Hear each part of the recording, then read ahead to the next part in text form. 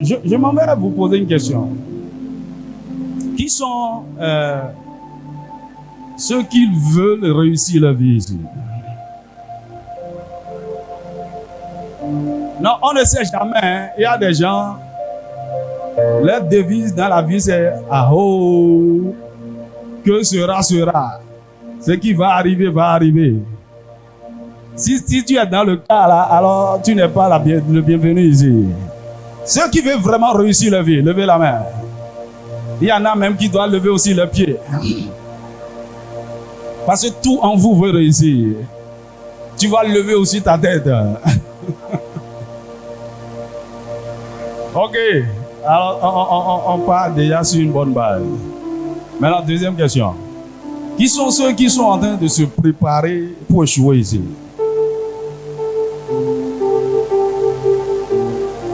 Tu es en train de te préparer pour échouer. Ok. Je ne vois aucun doigt et puis c'est normal. Parce que aucun homme normal, intentionnel, qui n'a pas un dérèglement mental, ne peut pas se préparer pour échouer. Mais vous voulez, est-ce que vous voulez que je vous choque? Beaucoup d'entre vous déjà ici, vous vous préparez pour l'échec. Sans le savoir. Vous vous préparez pour les frustrations futures. C'est pourquoi cette conférence est la bienvenue pour vous ramener sur le bon chemin. Vous savez quoi? Le succès est quelque chose de prémédité que vous devez préparer de façon intentionnelle. Vous savez, je sais à près de 90% ce que je serai en train d'accomplir dans 10 ans. À cause des préparations que je suis en train de faire aujourd'hui. Ok? Maintenant, lorsque vous ne savez pas que le succès, le futur, la destinée, ça se prépare, vous allez sur le cours de la vie comme tout le monde. Et en ne vous préparant pas intentionnellement pour le succès, c'est que vous êtes en train de vous préparer dans l'ignorance pour l'échec. Vous savez, il y a beaucoup de nos parents, beaucoup d'adultes aujourd'hui qui sont frustrés dans la vie, qui sont amers, qui ont beaucoup de regrets et qui auraient voulu retourner en arrière pour refaire les choses. Au départ, ils ne savaient pas que leur vie allait arriver à ce point. Ils suivaient le cours de la vie comme tout le monde. Par exemple, il y a certains d'entre vous, vous êtes intelligents. Et tout ce que vous savez faire, tout ce sur quoi vous comptez actuellement pour devenir quelqu'un de grand demain, c'est vos études. Et tu es en train d'étudier. Mon ami, il y a plein de gens que je connais. Il y a des amis médecins, ok, aujourd'hui qui souffrent, ils sont dans la misère. J'ai des gens qui sont professeurs d'université, ils ont le doctorat, ils ont toutes sortes de diplômes, mais ils sont confus dans la vie. Vous allez voir, par exemple, une des choses qui m'a marqué sur le campus, au niveau de nos professeurs, quand on était étudiants, pour la plupart d'entre eux, ils n'ont pas de vie de famille. Ok? Pour la plupart d'entre eux, ils se débrouillent. Malgré tout leur titre de professeur, de ceci, en fait, financièrement, ils ne sont pas épanouis. Et ils se cherchent.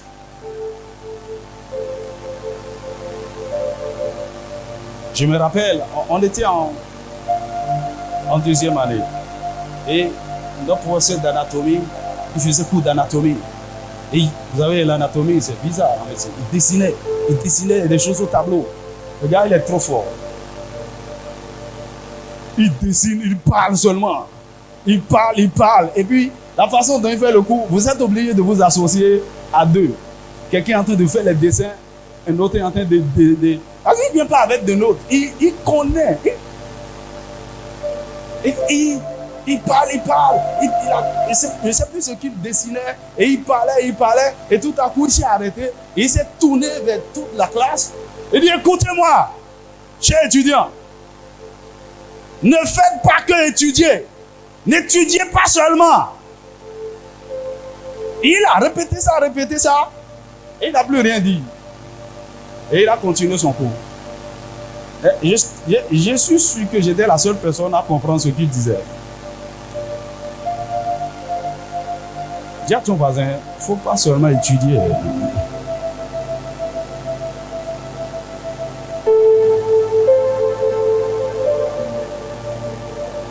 Et je parle d'études en termes de connaissances intellectuelles, en termes de, voilà, je viens d'avoir la licence, l'année prochaine j'irai en master, je vais, une connaissance obtuse qui ne t'amène pas vraiment. Il y en a, et ils ont le master, ils sont en train de faire 10 millions. Ils sont confus dans la vie, ils ne sont pas épanouis, ils se cherchent avec tellement de compétences, ils sont en train de crier, j'ai l'honneur, j'ai l'honneur. Ah, il n'y a pas de boulot dans le pays. Mon ami, quand tu as la connaissance des choses que je veux partager avec toi aujourd'hui, tu n'as pas besoin que quelqu'un t'embauche.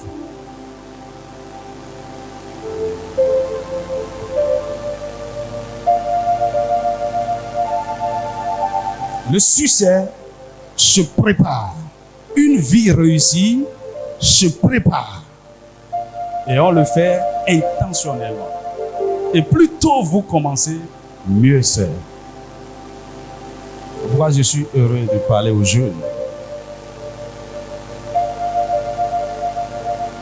Est-ce que vous m'entendez? D'ailleurs, beaucoup d'entre vous ici, vous êtes en train d'étudier la mauvaise discipline. Ce que vous devez étudier, ça vous êtes en train d'étudier. Si je dois reprendre vrai. C'est tellement... Je n'allais pas faire forcément la médecine. Ok, mais je crois que ça fait partie du plan de Dieu. Parce que c'est des atouts, des capacités que j'utilise aujourd'hui pour mieux servir. Ok? Donc, beaucoup d'entre vous êtes en train d'étudier, vous êtes dans des filières. En réalité, ça n'a rien à voir avec votre destinée. Normalement, je vous ai dit que quand j'ai compris ce que le Seigneur voulait que je fasse, j'ai commencé par réétudier. Ok? Maintenant, pour avoir les armes qu'il faut, les équipements qu'il faut, pour faire ce que Dieu attend de moi.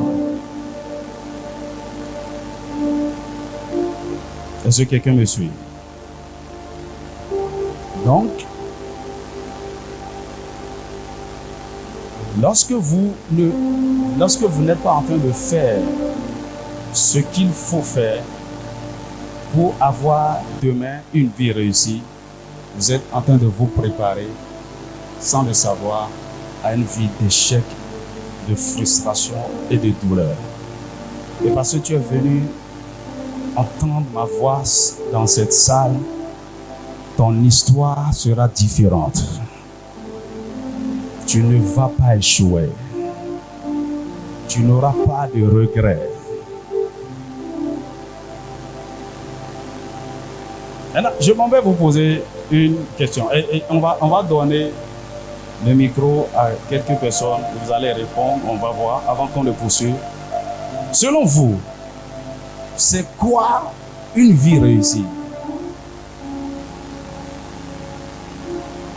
Quand est-ce qu'on peut dire que quelqu'un a réussi sa vie? Comme tout le monde a répondu tout à l'heure. Je veux réussir. Tout le monde veut réussir. Ok. Maintenant, comment savoir lorsque tu serais arrivé que tu as réussi sans avoir une définition d'une vie réussie? Donc, certainement, quand tu as dit oui, je veux réussir, tu as une idée de ce que ça veut dire. Donc, est-ce qu'il y a des volontaires qui veulent répondre? Ainsi, il trouve 2, 3 personnes. Ok, c'est pour vous amener. Voilà, il y a un doigt ici. Je voudrais voir d'abord tous les doigts. Tous ceux qui veulent répondre, vous avez envie de répondre. Un doigt, un doigt, un doigt. Un doigt ici, un doigt, ça fait 5. Ok, on va prendre ces 5 là. D'abord, on commence par le frère. C'est le frère. Moi, c'est Kwenu Lidos. Kwenu Lu. Ok, tu veux te tenir debout? Merci. C'est quoi avoir une vie réussie? Selon moi, une vie réussie, c'est après les efforts, d'avoir une vie stable, d'avoir la paix du cœur sur le plan spirituel et sur le plan charnel. Et sur le plan Charnel. salaire. Charnel. La chair, Ok, la chair. Chanel. Ok. Physique. C'est avoir la stabilité sur le plan spirituel et sur le plan physique. D'accord. Acclamez le Seigneur pour lui.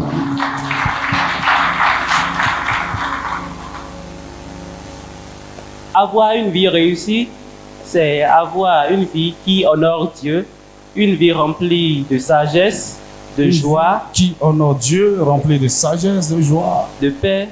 de paix. Et c'est avoir une vie dans laquelle la présence spirituelle y est, une vie richement spirituelle.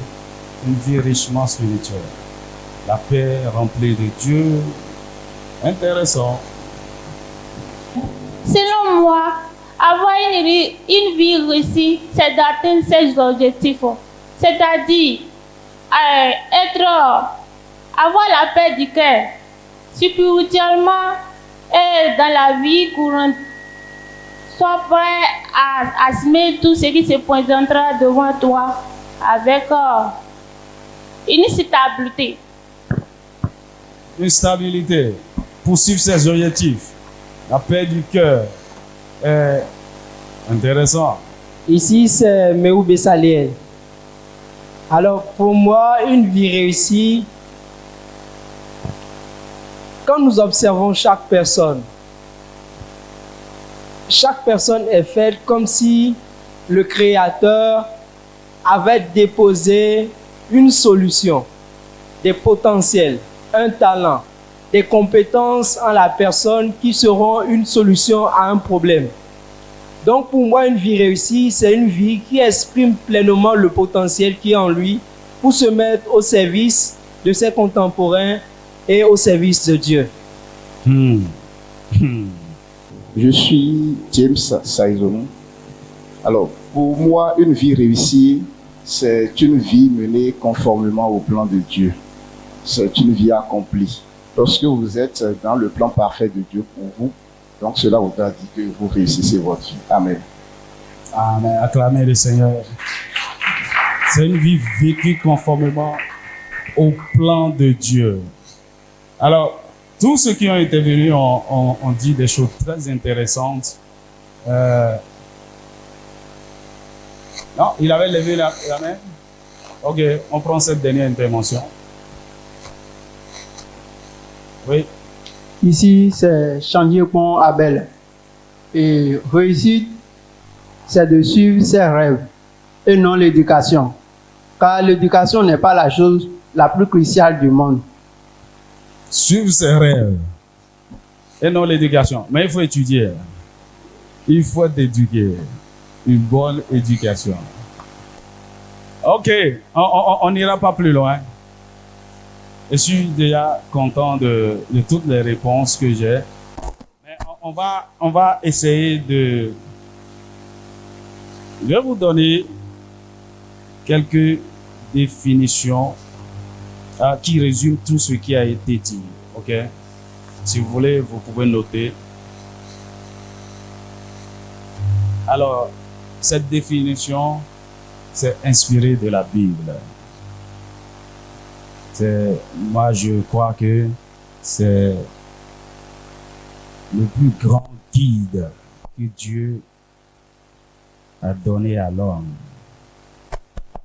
Dans ce que je vais vous dire, ça traduit la pensée biblique par rapport à une vie réussie. Et tout ce que les uns et les autres ont y a dit tout à l'heure se retrouve dans les 3 ou 4 définitions que je veux vous donner. Alors, si vous voulez, vous pouvez noter. Alors, une vie réussie est caractérisée par une existence terrestre vécue selon la volonté de Dieu. Une vie réussie est caractérisée par une existence terrestre. Alors, on parle d'une vie réussie sur la terre. Okay? Ce qui vous donne le droit de parler de réussite, de succès, c'est parce que vous existez. Mais vous existez où? Sur la terre. Mais vous devez savoir que notre existence ne finit pas seulement sur la terre. Donc, ce qui se passera après notre passage sur la terre, ça rentre aussi en ligne de compte de succès. Est-ce que quelqu'un me suit? La Bible déclare par exemple que servirait-il à un homme de gagner tout ce monde s'il perd son âme? Tu as eu beaucoup d'argent, les gens t'ont célébré, les gens t'ont acclamé, et quand tu meurs, tu vas en enfer. Tu n'as pas réussi, tu as été un vrai échec. Alors donc, je reprends ma première définition. Une vie réussie est caractérisée par une existence terrestre vécue selon la volonté de Dieu et une éternité garantie. Et une éternité garantie dans la joie et le bonheur. Et une éternité. Après notre existence sur la terre, il y a l'éternité. Il y a la vie après la mort. Il y a la vie après notre vécu terrestre. Alors, deuxième définition. Avoir une vie réussie, c'est connaître Dieu. L'un des objectifs majeurs d'un homme sur la terre, c'est de chercher à connaître son Créateur. Donc, c'est connaître Dieu, se connaître soi-même. Lorsque vous vous engagez dans la poursuite de la connaissance de Dieu, vous allez finalement vous découvrir en lui. Je crois que quelqu'un parlait de ses potentiels, ses dons, OK. Donc, il y a des choses que vous devez découvrir. Par exemple, votre identité. C'est l'un des piliers majeurs qui contribue au succès. Qui es-tu?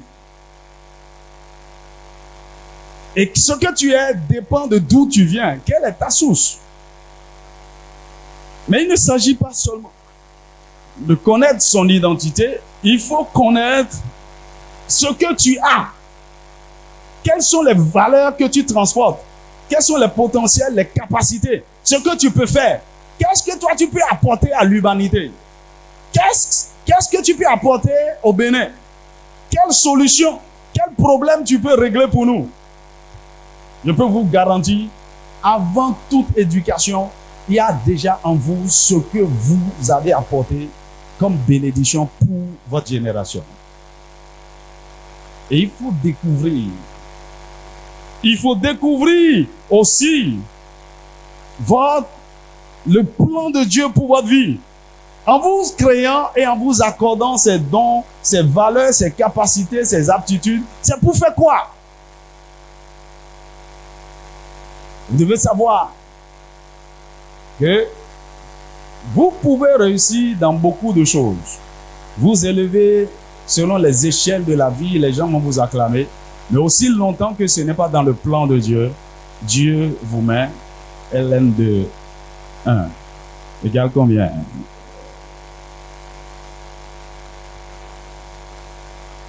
Tu as fait quoi?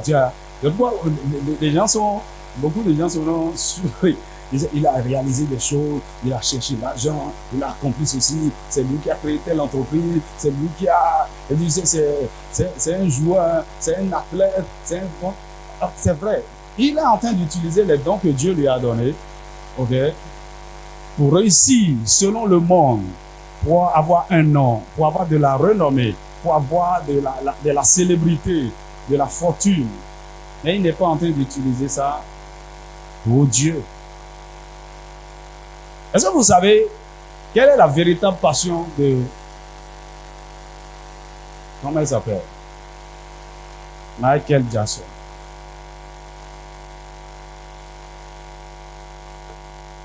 Bon, tout le monde le voit comme un musicien célèbre. OK? Mais arrêtez, sa vraie passion sur la terre, c'est de servir les enfants.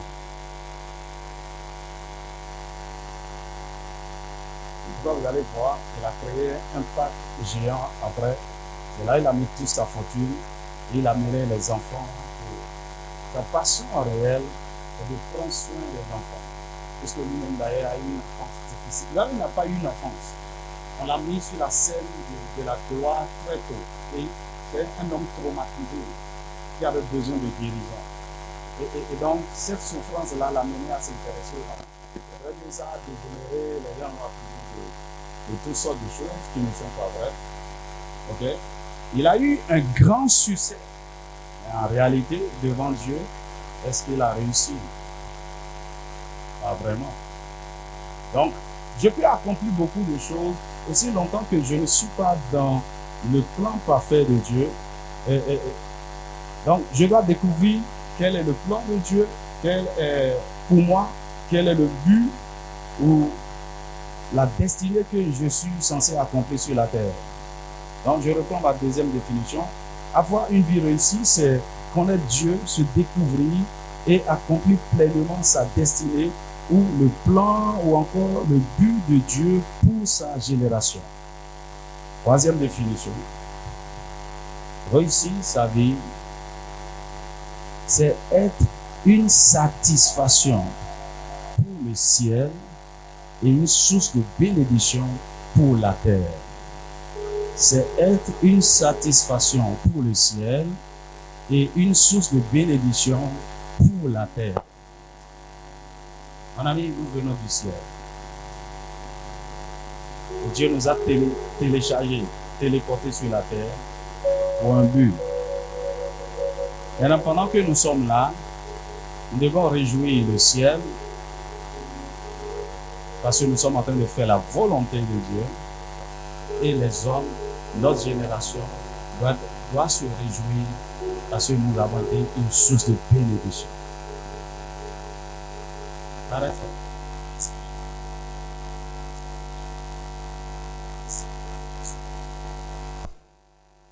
Ils attendent un retour. Ou bien, il veut que demain, que nous soyons leur fierté. Que nous soyons une solution pour les problèmes de demain. Ou bien, à cause de leur investissement en nous, lorsque nous n'arrivons pas, ils sont frustrés, ils sont blessés. Il y a même des parents qui nous disent, voilà, tu ne sais rien, tu regrettes même. Je prie pour toi, tu ne seras jamais une source de frustration pour tes parents. Un sujet de regret, mais une fierté. On dit, ah mon fils, ma fille, je suis fier de toi. Tu fais l'honneur de la famille, tu relèves notre tête. Maintenant écoutez-moi. Les parents ont aussi des rêves, des plans pour nous. C'est vrai, non? Okay. Qui sont ceux qui sont en train d'étudier la filière que les parents leur ont imposée ici? Levez la main, levez la main. Mais il n'y a plus de ça dans la salle. Tu ne veux pas dire la vérité. En réalité, ce que tu fais là, ce n'est pas toi qui as décidé. Ta maman a dit, c'est ça. J'ai toujours voulu être médecin. Toi, tu seras médecin. J'ai toujours voulu être avocat. J'ai toujours voulu être ingénieur. Ok? Donc les gens ont des rêves. Les parents, c'est normal. Hein? Quand vous avez des enfants, tel sera ceci. Mais il faut faire très attention. C'est vrai qu'à un moment donné, vous ne pouvez pas vous soustraire de la volonté des parents. Ils vont vous imposer certaines choses jusqu'à un certain âge. Mais vous devez savoir qu'il s'agit de votre vie. À un temps donné, vous devez prendre vos responsabilités.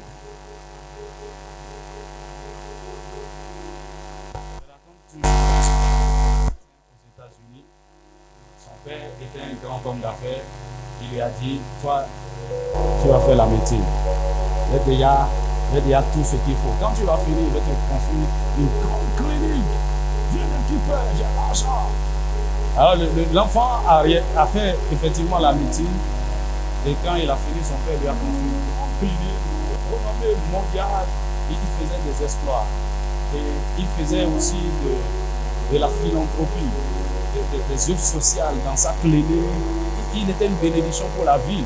Et un jour, la mairie de la ville a organisé une cérémonie de distinction pour l'honorer pour ses services rendus à la communauté. Et donc, les gens étaient venus, son père était venu assis en premier rang, il était fier de voir, c'est mon fils. Alors quand on lui a présenté son trophée pour le remercier, on lui a dit de dire un mot à toute l'assistance. Et il a pris le micro, il a commencé par pleurer. Vous imaginez la scène, c'est celui que tout le monde est venu célébrer pour ses exploits. Il a commencé par pleurer. Et ses premiers mots étaient: tout le monde est heureux pour moi ici, mais je suis le plus malheureux. Tout le monde croit que j'ai réussi, que je suis une bénédiction pour la communauté, mais moi je ne suis pas heureux. Je ne suis pas satisfait. Il dit: je n'ai jamais voulu être médecin. Tout mon rêve, c'est d'être musicien.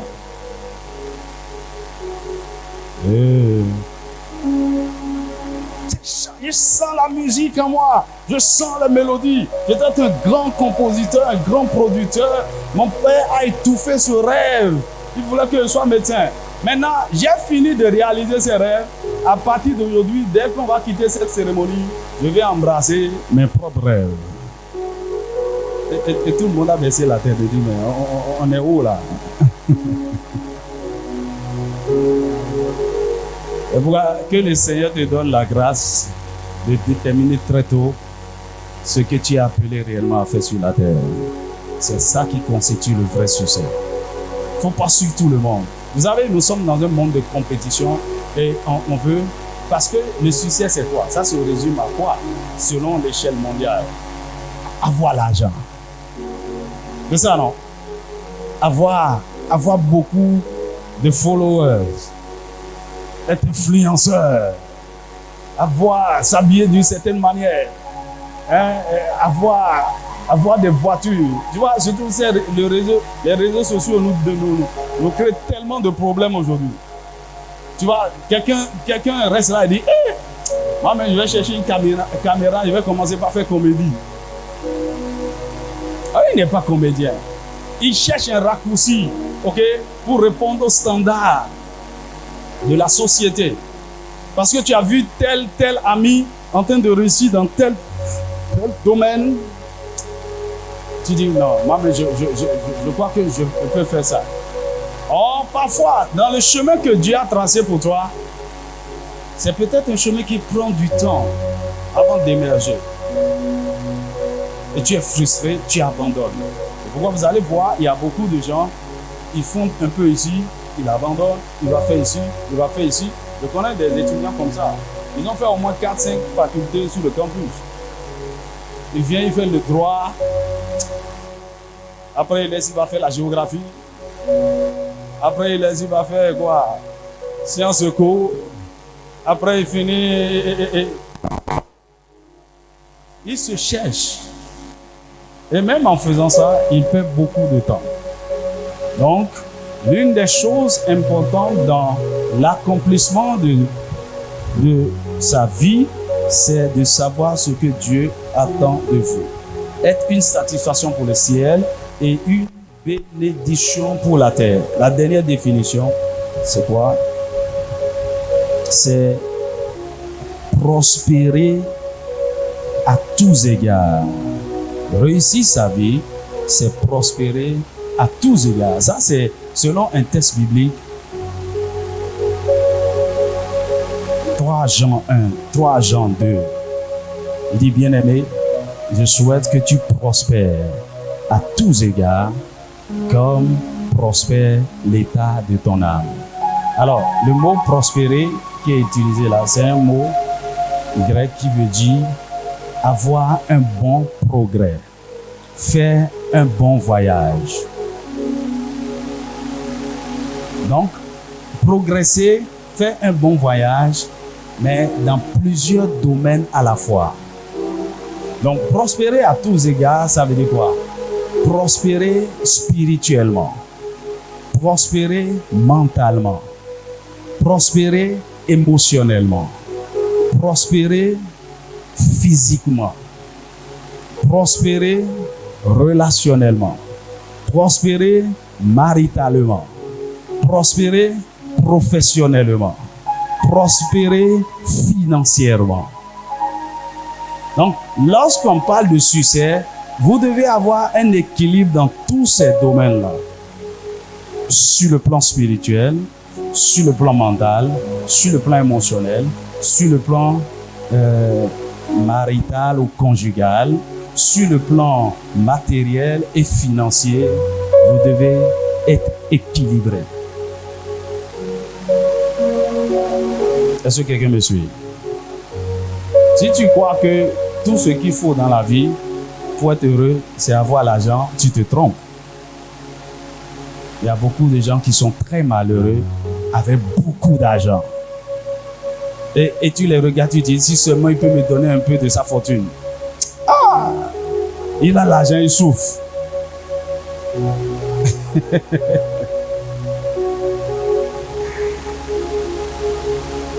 Il n'y a pas longtemps, il y a une semaine, j'ai reçu quelqu'un dans mon bureau et il est en train de divorcer actuellement. Après plus de 15 ans de mariage. Et quand il me racontait son histoire, j'avais mal pour lui. C'était plus de 15 ans de souffrance émotionnelle. C'était un échec. Et pourquoi il est allé chercher le divorce. Et quand il me parlait, vous savez, Dieu n'aime pas réellement le divorce. Et quand il a fini son histoire, il dit, mon frère, en tout cas, fais ce que ton cœur te dit. Si ça peut t'apporter, ce divorce peut t'apporter une certaine paix, tant mieux. Mais vous savez quoi? C'est parce qu'il est passé à côté de quelque chose dont il va vous parler tout à l'heure.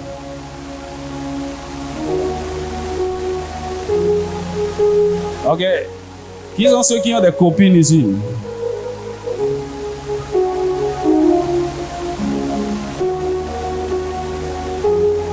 Et ta copine est dans la salle même ici. Lève ta main et il faut nous la montrer.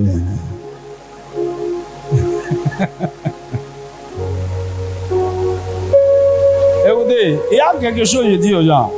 Lorsque vous avez un certain âge, à partir de 14 ans, 15 ans, 16 ans, 18 ans, et vous n'avez pas d'attraction vis-à-vis du sexe opposé, il y a un problème avec vous.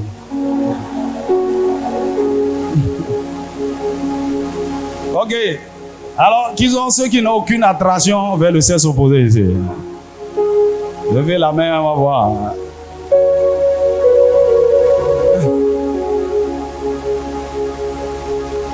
Qui a déjà eu un coup de foudre ici une fois? Allez, quand tu as vu la fille là, le tonnerre t'a saisi. Et tu dis, hey! Tu as été foudroyé. C'est ça, non? C'est ça, on appelle coup de foudre, non? Non, moi j'ai eu ça une fois. Tu veux que je te raconte? Tu veux que je te raconte pour moi et tu ne veux pas parler? Il faut parler d'abord. Montre-moi ta copine. Ok, comme les garçons ne sont pas courageux là. Les filles, vous êtes très... Qui sont ceux qui ont des copains ici? Les filles. Ou bien petit ami ou grand ami.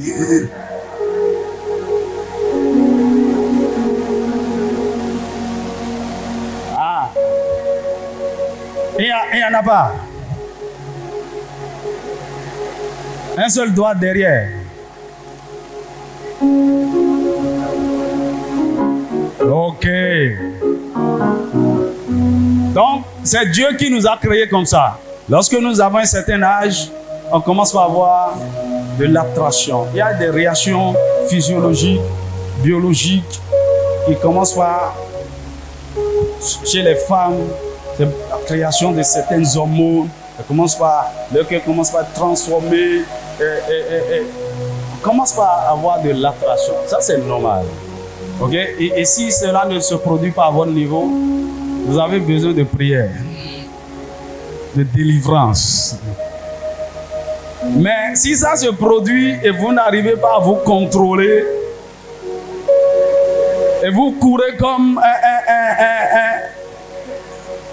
un chien dans le quartier, un chien en chaleur ou bien un bagba en chaleur, vous avez aussi un problème. On doit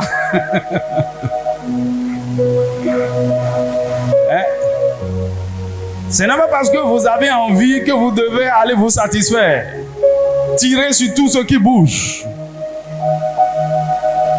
Il y a beaucoup d'entre vous, vous avez déjà créé beaucoup de problèmes parce que vous avez commencé une vie sexuelle précoce. Ça fait partie des choses qui détruisent le succès demain. Mais peu importe quelle est votre histoire, le Seigneur vous fait miséricorde. Le Seigneur vous fait miséricorde. Le Seigneur vous fait grâce. Par exemple, il y a des choses que vous devez connaître par rapport à ce domaine que je suis en train de toucher là et grandir dans ça en ce qui concerne les relations et la vie maritale. Comment ça se fait pour qu'on ne fasse pas d'erreur, pour être épanoui demain?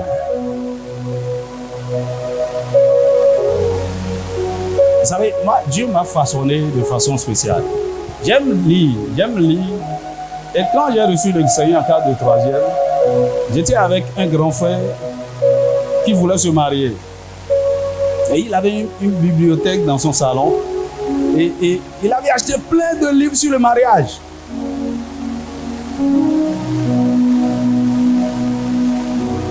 Comme moi j'aime lire, quand je lis un peu ma Bible, je suis ennuyé, je prends ces livres-là.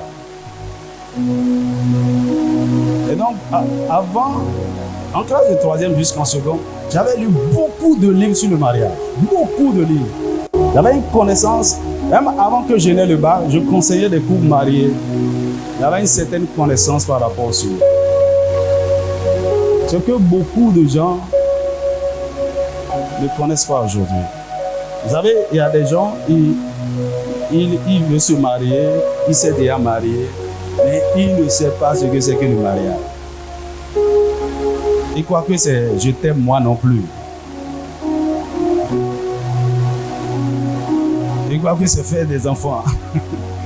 Il croit que la façon dont la fille là est belle, quand tu es à côté de moi, je me sens, je vibre.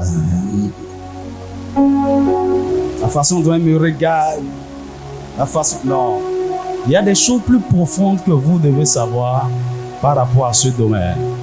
Et beaucoup de gens, ils sont remplis de regrets, de douleurs, parce que dans ce domaine de leur vie, ils sont passés à côté. Ce ne sera pas ta portion au nom de Jésus. Donc, il faut prospérer à tous égards. Et c'est à partir de maintenant que vous devez commencer par vous préparer à une vie réussie dans tous ces domaines-là. Spirituellement, maritalement, financièrement. Par exemple, il y a beaucoup d'entre vous ici, vous voulez avoir beaucoup d'argent, mais vous n'avez aucune intelligence financière. Vous ne connaissez rien par rapport à l'argent. Et à cause de votre ignorance et à cause de votre mentalité par rapport à l'argent que vous cherchez là, vous ne pouvez jamais l'avoir. Ou bien même si vous l'avez, vous allez gaspiller cela. Par exemple, beaucoup d'entre nous, nous avons eu un mauvais héritage financier à cause des parents qui nous ont engendrés et de l'éducation financière qu'on nous a donnée. Des propos qu'on nous disait par rapport à l'argent. Nous sommes une famille pauvre. Nous, on ne peut pas se permettre certaines choses. Il ne faut pas être trop ambitieux. Il ne faut pas faire ceci. Toi, quoi? Tu veux étudier quoi? Aéronautique. Tu as déjà vu ça. On va trouver l'argent où? Tu veux être pilote. Mon ami, aujourd'hui, il n'y a pas de limitation. Tout ce que Dieu veut que vous fassiez, vous pouvez le faire. Mais à cause de certaines mentalités qu'on a héritées, de nos parents, nous sommes limités dans plein de choses. Et c'est pour cette raison, le succès, une vie réussie, par exemple, je vais vous dire quelque chose pour vous, ça ne va pas vous étonner. Certains d'entre vous, vous avez été déjà programmés pour reproduire exactement la vie de vos parents, la vie de votre papa, la vie de votre mère, la vie qu'elle a vécue que vous n'aimez pas. Vous êtes déjà préparés pour reproduire ça. Et si rien n'est fait, c'est ce qui va arriver. Mais parce que tu es venu ici, les choses sont en train de changer dans ta vie. Actuellement, je suis en train de te faire un travail au niveau mental. En train de reprogrammer, de restructurer, de créer des bouleversements. Ok? Et c'est là que le succès commence. Vous commencez par voir autrement les choses. Ok. Pour réussir, pour avoir une vie réussie, il y a juste deux choses que vous devez faire. C'est-à-dire deux choix intelligents que vous devez faire ou deux décisions importantes que vous devez prendre. Deux choix intelligents ou deux décisions responsables.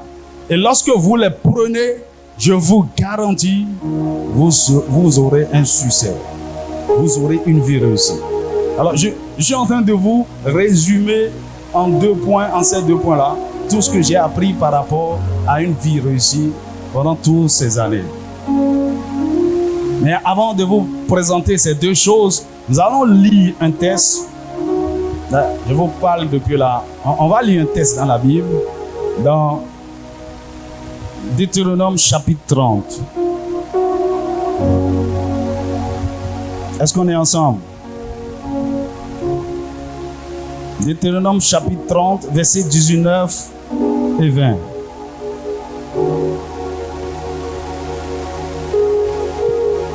Deutéronome 30, 19 et 20. J'en prends aujourd'hui à témoin contre vous le ciel et la terre. J'ai mis devant toi la vie et la mort, la bénédiction et la malédiction. Choisis la vie afin que tu vives, toi et ta postérité. Pour aimer l'Éternel ton Dieu, pour obéir à sa voix et pour t'attacher à lui, car de cela dépend ta vie et la prolongation de tes jours. Et c'est ainsi que tu pourras demeurer dans le pays que l'Éternel a juré de donner à tes pères, Abraham, Isaac et Jacob. Alors Dieu est en train de parler à son peuple ici. Il a dit, je prends à témoin contre vous le ciel et la terre. Et je vous demande de faire un choix. De choisir entre 2 choses. De choisir entre la vie ou la mort. Qui a envie de mourir ici? Non, peut-être que tu es en train de faire une dépression là, dire vraiment, je suis fatigué de cette vie, je préfère mourir. Qui a déjà pensé à ça? Hello. Ah, ma vie là, c'est à quoi? Et si je mourais, c'est ça pas mieux? Levez la main, levez la main. Faut pas gêner par ces choses-là, ok? Ça, c'est les réalités de la vie. La vie peut vous pousser à bout comme ça et vous êtes fatigué. C'est-à-dire, moi, il m'arrive parfois, à un moment donné, j'étais confus, je me posais beaucoup de questions. Et puis je voulais traverser la voie, il y a un camion qui venait, il a dit, si je me jette devant les camions là, tous mes problèmes vont finir. Hein? Je dis, oh, bien si cette maladie là peut m'emporter, je serais bien. Hein? Ok? Tu es en train de choisir la mort. Et ça, c'est pas l'esprit de mort, c'est pas la dépression. Vous savez, quand vous commencez par être découragé, désespéré, confus, et vous ne faites rien par rapport à ça, ça va évoluer vers cet état-là. Vous avez juste envie de tout abandonner et de quitter ce monde. Et certains sont tellement courageux, ils vont jusqu'au bout. pour se suicider. Amen. Qui a déjà essayé ici et ça n'a pas marché? Oui, il y a des doigts. Ils ont essayé de se suicider, de prendre des médicaments, de prendre du poison, Ah, il faut acclamer Jésus, hein, acclame Jésus parce que ça n'a pas marché. Ah, ça ne marchera pas. Pour certains, ils n'ont pas eu cette chance. Ils ont osé et ils sont vraiment partis. Non, ce n'est pas la volonté de Dieu pour nous. Dieu veut que nous ayons une vie, une longue vie et heureuse sur la terre. Et pour avoir une vie longue et heureuse sur la terre, c'est un choix. Il a dit, je mets devant vous la vie et la mort, la malédiction et la bénédiction. Et Dieu va plus loin en nous montrant sa sagesse. En fait, il nous propose le meilleur choix à faire. Il dit, choisis la vie afin que tu vives et que tu sois heureux sur la terre.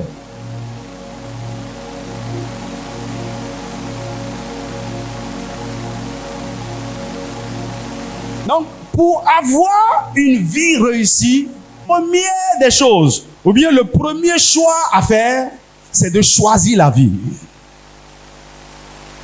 Dis à ton voisin, choisis la vie.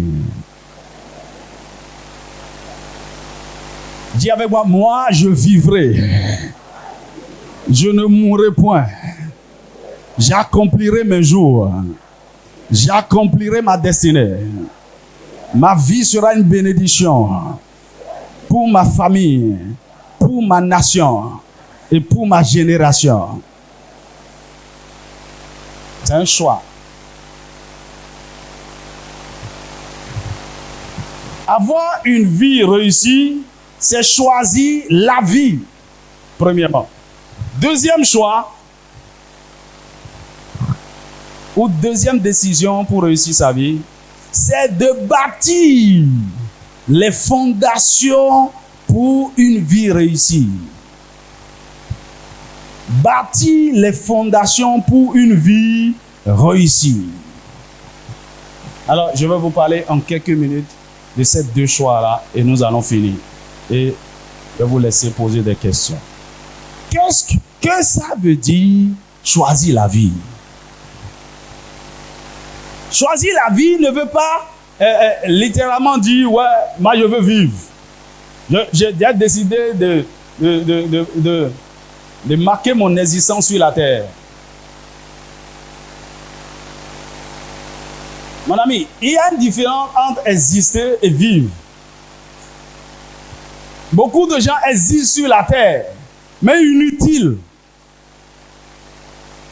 Que tu ne sois pas inutile. Que tu ne sois pas inutile au nom de Jésus. Tu es là, mais tu ne sais à rien. Tu existes. Non, je peux exister et vivre.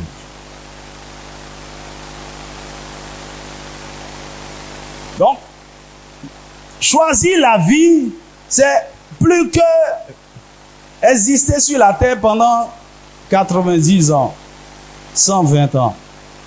Mais votre existence n'a servi à rien. Choisir la vie, c'est choisir une personne. Choisir de rentrer en relation avec quelqu'un. Amen. Tu veux savoir qui c'est? Choisir la vie, c'est choisir Jésus. Ça te paraît bizarre? Je ne sais pas quels ont été vos croyants jusque-là, mais je vous parle en tant qu'un homme intellectuel, un homme scientifique, un homme spirituel qui a pris le temps d'examiner beaucoup de choses. Il n'y a aucune vie, aucune plénitude, aucun accomplissement, aucun bonheur sur la terre si vous n'avez pas Jésus. Ce n'est pas une affaire de religion. Jésus n'est pas une affaire de religion. Ce n'est pas une affaire de chrétien. Ce n'est pas une affaire de catholique. Ce n'est pas une affaire de protestant. Ce n'est pas une affaire d'évangélique.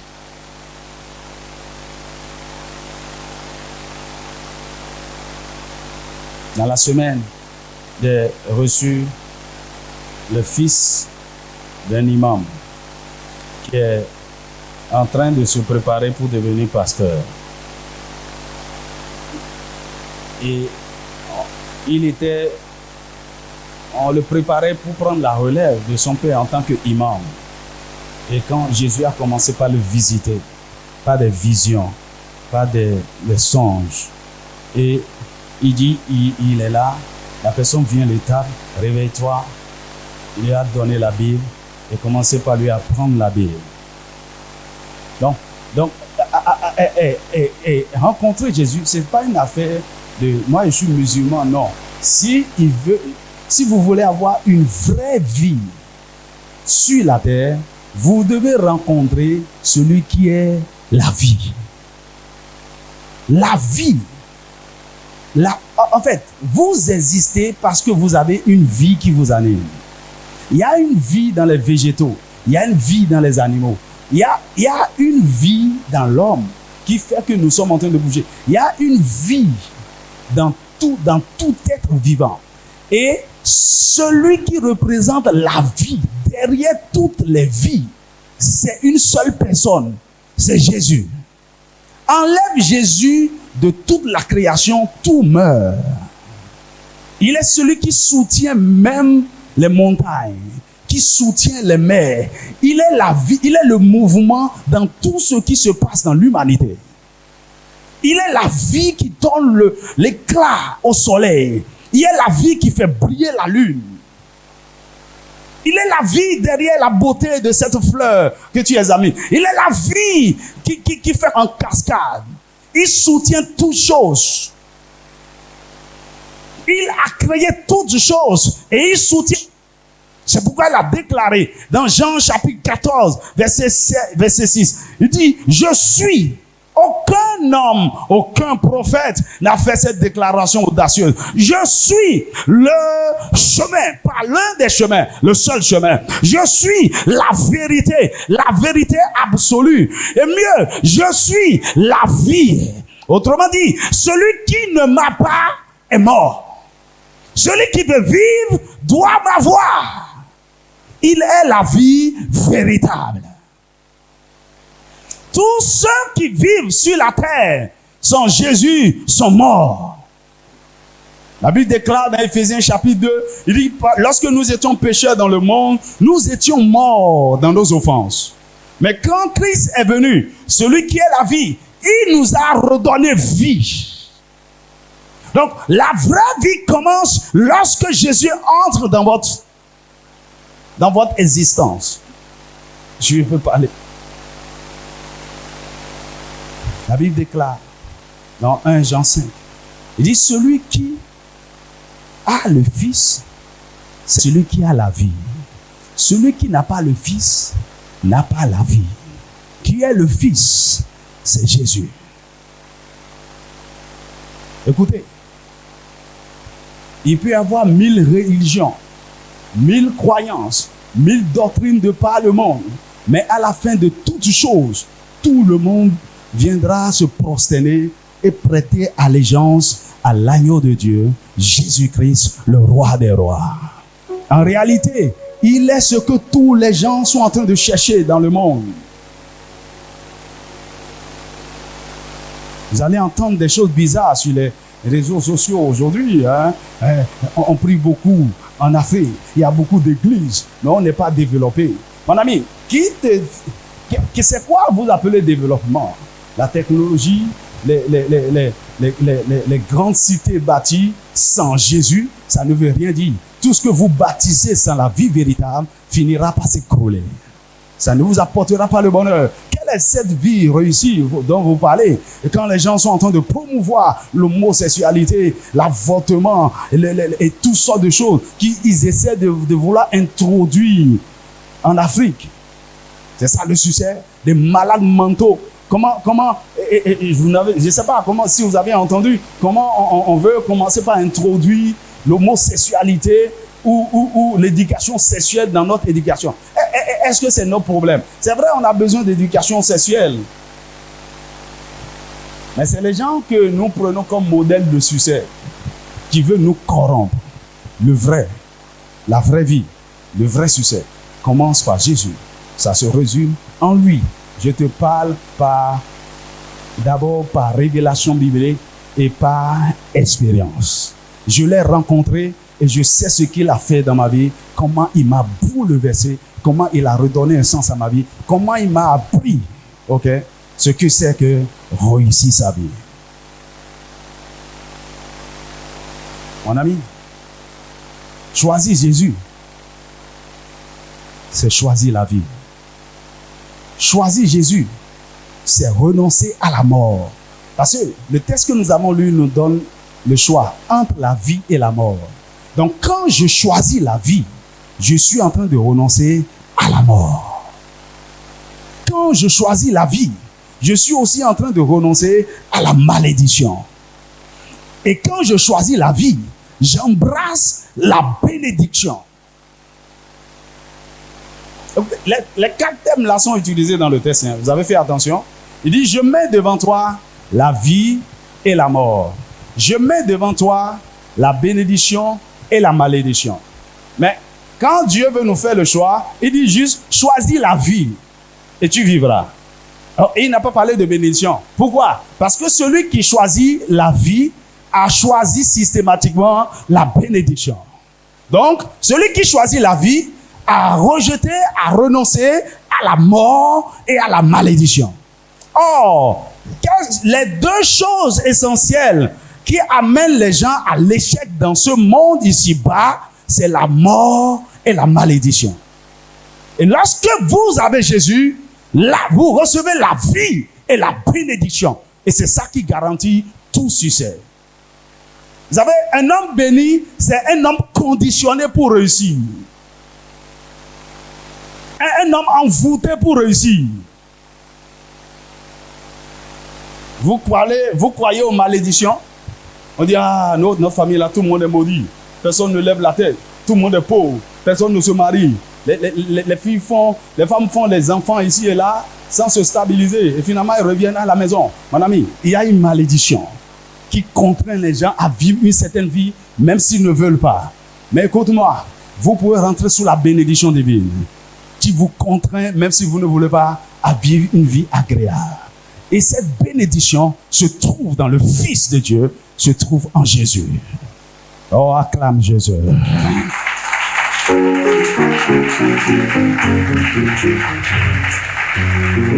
Quelqu'un crie Jésus. Quelqu'un crie, j'ai choisi Jésus. J'ai choisi la vie. Choisi Jésus. J'ai choisi de devenir enfant de Dieu. Vous devenez membre de la famille de Dieu, un héritier du grand roi.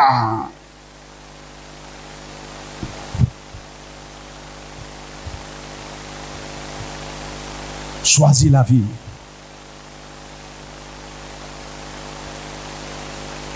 C'est choisir de faire la différence dans sa génération. Choisir la vie, c'est avoir le Saint-Esprit en soi. Lorsque vous choisissez la vie, vous choisissez Jésus, en réalité, celui qui est transporteur de la vie de Dieu dans l'homme s'appelle le Saint-Esprit. Dis-moi Amen. Et je veux vous, ça c'est le plus grand secret de succès que vous pouvez avoir. Lorsque vous prenez un magicien, un occultiste, un sorcier, un marabout, la raison pour laquelle ces gens arrivent à vivre une vie surnaturelle et à faire des choses que la plupart des hommes ne peuvent pas faire, c'est parce qu'ils ont adopté des esprits. Ils sont possédés par des esprits. Ils sont contrôlés par des esprits. Ce qui fait que un homme, ton frère qui mange avec toi, un jour peut devenir très dangereux parce qu'en temps, on lui a donné l'esprit de sorcellerie. Donc, il n'est plus un homme normal et ordinaire. Une petite fille de 3 ans qui joue nue même dans la maison peut devenir un grand terroriste qui détruit et qui à cause de ce qui habite en lui. Alors, nous sommes ce que nous sommes sur la terre en fonction de l'esprit qui nous conduit. Donc, quand j'accepte Jésus, j'accepte que l'esprit supérieur de la création, qui est l'esprit de Dieu, le Saint-Esprit, habite désormais en moi et me conduit. Et ça, c'est l'avantage que j'ai. Lorsque vous avez l'esprit de Dieu a toutes les facultés et les capacités de Dieu. Donc, lorsque vous avez le Saint-Esprit en vous, vous n'avez plus de limites, vous n'avez plus de faiblesse, vous n'avez plus de barrières. Parce que par ses capacités et sa force, lui, il apporte en vous ce que vous n'aviez pas. Mon ami, il y a des choses que j'essaie de faire aujourd'hui, c'est grâce au Saint-Esprit. Il y a des choses que j'ose entreprendre, non pas par ma force, parce que je sais que j'ai l'Esprit de Dieu en moi. Il est l'esprit de sagesse, il est l'esprit de créativité, il est l'esprit qui nous révèle en fait, on a parlé tout à l'heure du plan de Dieu. C'est celui qui nous révèle le plan de Dieu que nous devons accomplir pour être heureux et sur la terre, c'est le Saint-Esprit. Mais vous ne pouvez pas l'avoir sans dire oui à Jésus. Choisir Jésus, c'est croire en lui, c'est l'accepter. Et lorsque vous avez fait ce pas, vous avez fait le plus grand pas pour vous amener au vrai bonheur dans la vie. Mais ce n'est pas tout. Dis à ton voisin, ce n'est pas tout. Dis-lui, il ne suffit pas d'avoir Jésus. Est-ce que vous savez que c'est dans les églises qu'il y a beaucoup de pauvres aujourd'hui? Qui a constaté ça? Et qui sait qu'il est l'un d'entre eux aujourd'hui? Dis avec moi, je rejette ça. Pourquoi c'est dans nos églises il y a beaucoup de pauvres? Surtout les églises dites évangéliques là. Tout le monde est misérable, tout ce que nous savons bien faire, c'est de crier, de faire du bruit. Il n'y a rien d'extraordinaire. Si quelqu'un achète une voiture un jour, on dit Alléluia, gloire à Dieu, action de grâce.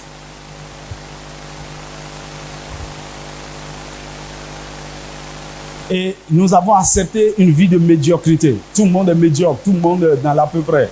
Tout le monde a pratiquement les mêmes rêves, les mêmes visions, les mêmes sens d'accomplissement. Une fois, j'ai fréquenté une église quelque part où la plupart des gens, on dirait que leur rêve dans la vie, c'est de devenir zémillion. Il y a tellement de zémillions dans l'église. Et ils venaient faire des témoignages qui m'énervaient. Tu viens entendre leur témoignage? Il dit Alléluia! Praise alors! Ah, moi je remercie le Seigneur.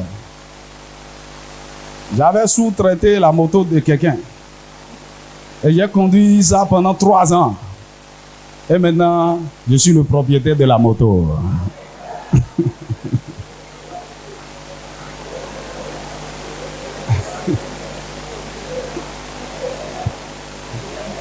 Tu sais, en 3 ans, combien d'argent il a donné au propriétaire là? Non, c'est pas mal, hein? On peut commencer dans la vie à plusieurs niveaux. Mais on doit avoir de plus grandes compréhensions. Amen. Je vais vous dire pourquoi, dans la plupart de nos églises, où nous avons Jésus, où nous avons le plus grand potentiel, la plus grande richesse, le plus grand secret de bonheur, nous l'avons et pourtant nos vies sont limitées.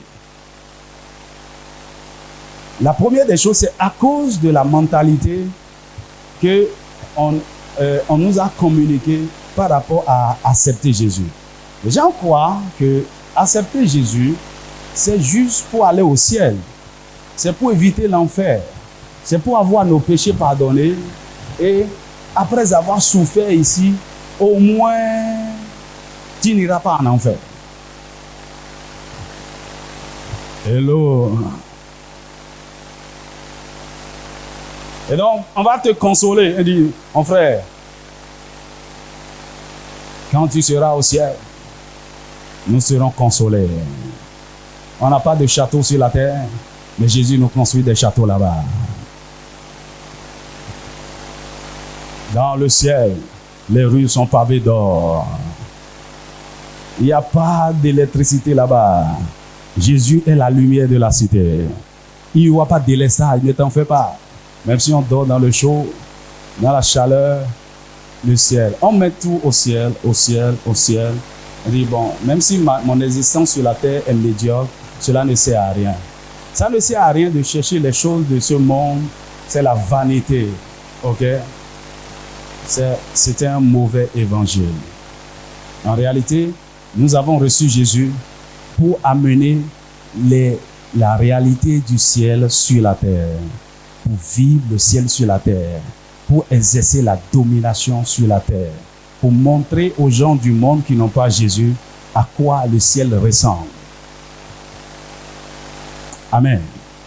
Maintenant, en plus de ça, c'est que après avoir accepté Jésus, beaucoup de chrétiens ne font pas le deuxième choix. Et le deuxième choix, c'est quoi? C'est maintenant se préparer pour une vie réussie en posant les fondations qu'il faut pour une vie réussie. Vous savez, nous sommes au 2e étage ici. Ce qui fait que cette maison tient, c'est à cause de sa fondation. Amen. Une vie réussie doit avoir une fondation. Donc, si votre vie n'a pas de fondation, il n'y a rien, vous allez bâtir sur ça. Est-ce que vous êtes d'accord avec moi? La fondation, c'est la base, c'est le commencement, c'est l'origine. C'est ce sur quoi tout ce que vous voulez bâtir dans la vie, ça s'assied. Ok, donc, je veux être un homme heureux, un mari heureux, une femme heureuse, un homme d'affaires heureux. Toutes ces choses que je suis en train de dire là, si je ne pose pas la fondation sur ça, pour ça maintenant, dans 10 ans, dans 20 ans, ce ne serait que des souhaits. Mais si je décide de poser la fondation aujourd'hui, c'est une affaire de temps. Bientôt, tout le monde verra ce que je vais construire. Vous savez, lorsque on rentre dans la construction, par exemple, je prends cet hôtel. À un temps T, l'ingénieur ou les maçons peuvent dire, nous sommes en train de bâtir la fondation. Et après un temps, ils vont dire, nous avons fini avec la fondation. Maintenant, on va commencer par élever les murs. Maintenant, on va commencer par bâtir. Dans votre vie, vous pouvez arriver à ce point, à ce niveau, où vous pouvez aussi déclarer, concernant une vie réussie, dans tous les aspects, je viens de finir la fondation. Ou dans tel ou tel domaine, j'ai posé la fondation. Et la fondation, c'est quelque chose qu'on fait de façon intentionnelle. Par exemple, en matière de construction, okay, on utilise certains matériaux de façon générale. Dans la construction d'une maison en dur comme ça, vous allez voir du ciment, vous allez voir différents types de gravier, vous allez voir du sable, vous allez voir surtout différents types de fer, de différentes tailles. En fonction de la maison qu'on veut bâtir, la fondation diffère. Ok? Celui qui veut bâtir une petite maison, 2 chambres, un salon, ok, avec feuilles de tôle comme toiture, il n'a pas besoin de se gêner. En fonction de ce qu'il veut porter, il veut dire, ok, creuse juste 50 cm, on n'a pas besoin quelques barres de 6 avec une bâchée de gravier, ok, et puis la fondation est jouée. Et en une semaine, la personne a fini de bâtir la fondation de sa maison et les murs commencent par se lever. Ah. Mais il y a quelqu'un d'autre, il veut bâtir R+4. Il veut bâtir quelque chose de grand. Et pendant 3 mois, ils sont en train de travailler à la fondation. L'argent est en train d'aller là-bas. Des millions, des fers. Il n'a pas fini avec ceci. Ah, ça engloutit beaucoup. À fonction de ce qu'il veut bâtir, il investit beaucoup. Parce qu'il ne veut pas que la maison se croule demain. Il prend ça au sérieux. On ne s'amuse pas avec. Il prend les meilleurs ingénieurs. On fait études de sol. On fait toutes sortes de choses. Tu dois les faire de telle qualité. Les ciments de telle qualité. On fait les dosages comme ça. Il ne s'amuse pas. Il met tout l'argent dedans.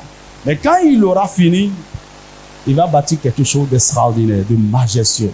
Bien les gens qui font des gratte-ciel disent « Waouh, qu'est-ce qui soutient tout cet édifice ?» La bonne fondation. Votre vie demain est comme un édifice que les gens vont contempler en termes de succès. Et maintenant, qu'est-ce qui fait la solidité, la belle allure de cet édifice? C'est ce qui le maintient en bas. Et laissez-moi vous dire, ce qui fait votre succès, ce qui soutient une vie réussie, c'est quelque chose que les gens ne voient pas.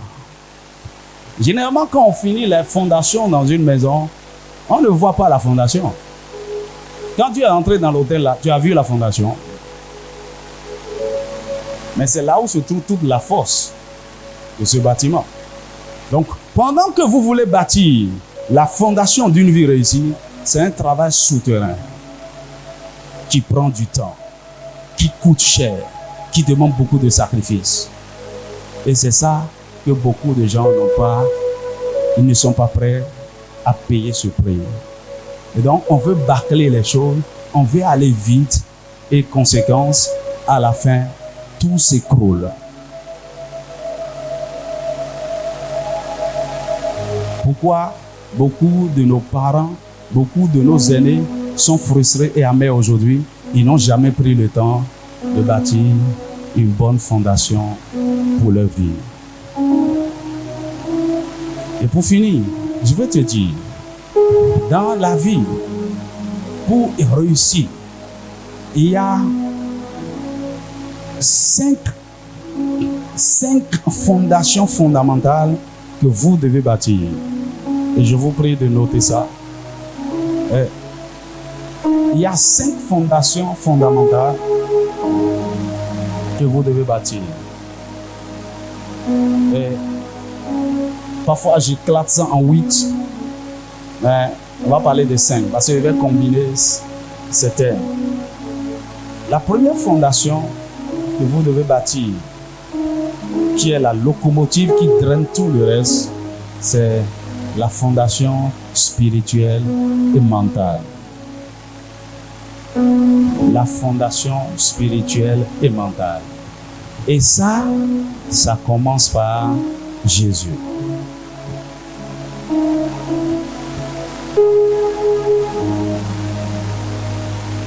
Et donc, à ce niveau-là, il y a les matériaux qu'il faut pour bâtir cette fondation. Ok? Et comment on peut dire que j'ai fini de bâtir cette fondation?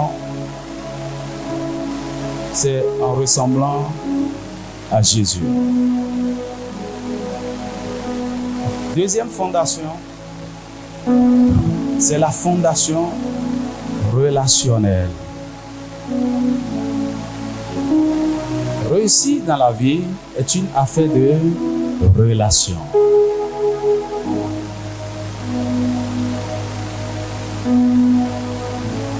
Et la première relation, la plus importante dans votre vie, c'est votre relation avec Dieu. C'est la relation père-fils avec Dieu. Maintenant, en plus de ça, en dehors de votre relation avec Dieu, vous devez apprendre à développer une vie relationnelle riche et en bonne santé, avec différents types de personnes. Vous devez apprendre à développer des relations fraternelles, à développer des relations amicales. Il y a certains d'entre vous ici, vous n'avez pas d'amis. Vous vivez seul dans votre solitude. C'est dangereux pour vous demain. Je ne dis pas d'embrasser tout le monde comme ami, mais il y a des gens importants Il y a certaines personnes stratégiques qui jouent des rôles importants dans ma vie aujourd'hui par rapport à ce que je suis en train de faire. On s'est rencontrés sur le campus. Et nous sommes devenus des amis de destinée. J'en ai plein, ils sont un peu partout dans le monde, on s'appelle. Et quand j'ai tel problème, telle situation, je sais qui est dans le domaine. Est-ce que vous me suivez? Et maintenant, dans ces genres de relations que vous cultivez, il y a le plus important, ou bien la plus importante dans les relations humaines, c'est la relation avec votre conjoint ou votre conjoint. La personne avec qui vous voulez vous marier. Vous savez quoi? Le mariage peut vous faire ou peut vous défaire. Le mariage peut vous construire ou peut vous détruire. Faites attention. Les relations.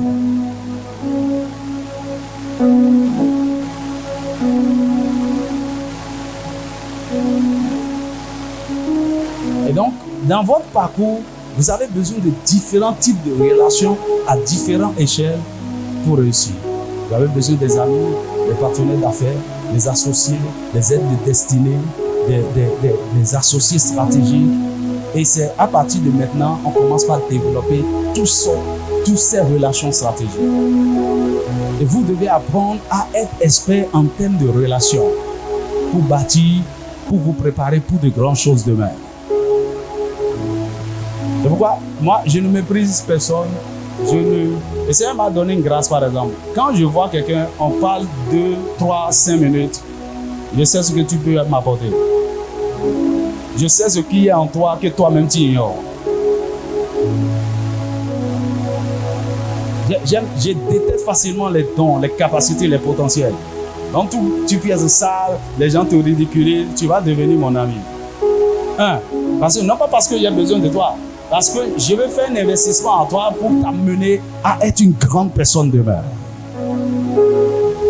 Quand tu viens dans mon ministère, je suis en train de bâtir des géants.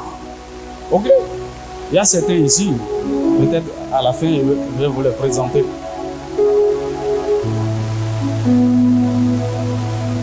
J'ai juré quelque chose dans ma vie. Si tu me rencontres, c'est que tu as réussi ta vie. Tu n'as pas compris. Hein? Si je rentre dans ta vie, ou bien tu te connectes à moi, à cause de cette relation-là, tu es parti. Parce que je sais ce que je suis et je sais ce que je peux t'apporter. Je sais comment tu peux te transformer. Je sais comment faire sortir n'importe qui de zéro. Parce que je comprends tout le mécanisme de la vie. Est-ce que vous comprenez? Donc là où tu es, qu'est-ce qui fait réellement ton problème? Pourquoi tu es là? On peut identifier ça. Et quand le diagnostic est posé, on applique le traitement, on te sort de là et on recommence une nouvelle vie avec toi. Maintenant, là où tu es, quels sont les amis, quelles sont les relations que tu as? Tu es paresseux, tous tes amis sont des paresseux comme toi. Tu es avec des alcooliques qui boivent, des gens qui aiment coucher avec des filles et ils viennent te raconter. Ils disent, tu connais Jacqueline, oh, je l'ai tapé la nuit dernière. Ah, je l'ai tapé, elle fait la manie là, il n'y a rien là. Il dit, des amis comme ça, tu vas dans le décor. Tu as des caïmans comme amis. Tu as des... Mon ami, n'importe qui ne rentre pas dans ma vie. Tu dois m'apporter quelque chose. Tu dois me booster. Tu dois m'inspirer. J'avais un ami. Là, ce qu'il m'apportait, c'est la prière. Quand il vient chez moi, tu vas prier fatigué. Donc quand il vient là, j'ai dit ok. Même si tu n'as pas fait programme de prière, sois prêt à prier. Non, j'aime ça. Et quand tu es en train de parler, il serait là. Il va commencer par dire, un jour il a fait un truc, on voulait manger du riz avec avec la sauce poisson et on a servi. J'ai dit mon frère, prie sur la nourriture.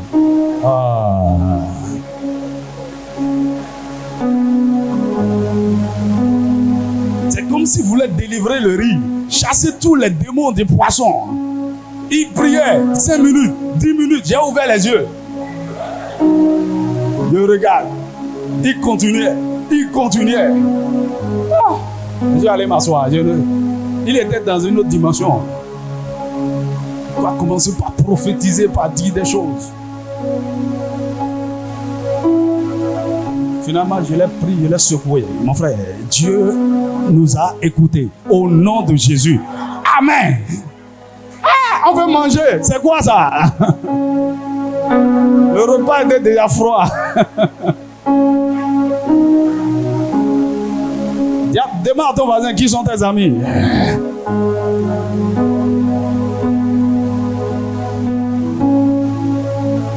Moi, je ne m'associe pas avec n'importe qui. Quand j'étais élève, seconde, première, il y a un club. Lui là, c'est le champion en mathématiques de la classe. Celui-là, c'est biologie. Celui-là, ce sont mes amis ça. Tu t'associes avec les totos, tu vas devenir toto.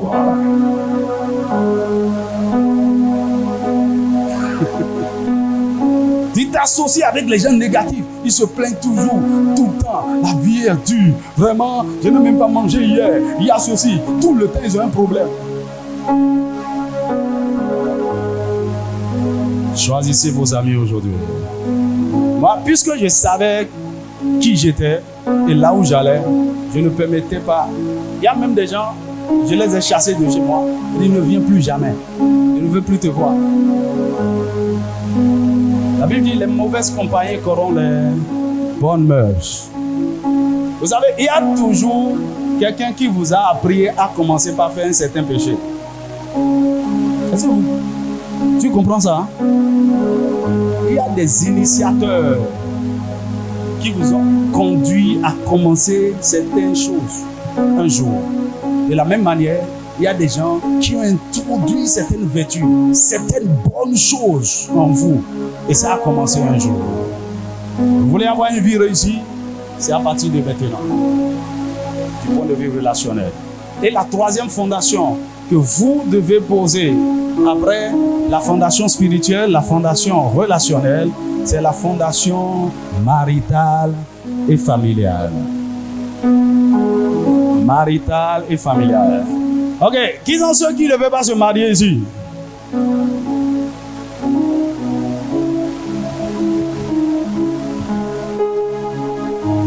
Vous avez décidé d'être comme Paul, de vivre votre vie comme célibataire. Ou bien il y a une soeur ici qui a décidé de dire, je vais être ma soeur. Je vais donner ma virginité à Jésus. Ou bien la Vierge Marie. Et tu vas t'enfermer dans un couvent. Ok. Dieu nous a créé des hommes relationnels, des êtres relationnels, et surtout sur le plan émotionnel, ce qui apporte la plus grande stabilité dans l'homme, c'est le mariage. Et le mariage n'est pas juste une affaire de je t'aime, je te sens, tu m'attires. C'est un partenariat pour le succès. Et si vous l'oubliez, si vous oubliez ça, vous allez payer cher. Ça dit quoi? Normalement, celui qui veut réussir sa vie doit savoir là où il va et en choisissant son mari ou sa femme, doit être sûr que celui ou celle-ci est un partenaire efficace pour m'amener là où je vais. C'est pas que je l'aime bien, je l'apprécie bien. Par exemple, on appelle la femme quoi? La compagne. La compagne, c'est celui qui vous accompagne quelque part. Donc, monsieur, tu vas où? Quand un jeune homme te voit et dit, ma chérie, vraiment, tu me plais beaucoup. Je voudrais que nous fassions notre vie ensemble. Est-ce que tu vas te marier avec moi? Nous allons faire ce voyage merveilleux ensemble. Il faut lui poser la question. Pour aller où? Beaucoup d'hommes là, ils ne savent pas là où ils vont dans la vie. C'est moi qui te parle. Ils croient que tu vas me faire 3 enfants, 3 beaux garçons. Alors que lui-même il est vilain.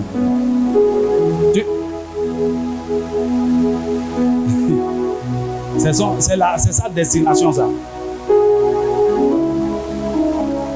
Et quiconque entre dans votre vie comme partenaire de mariage doit venir comme un développeur.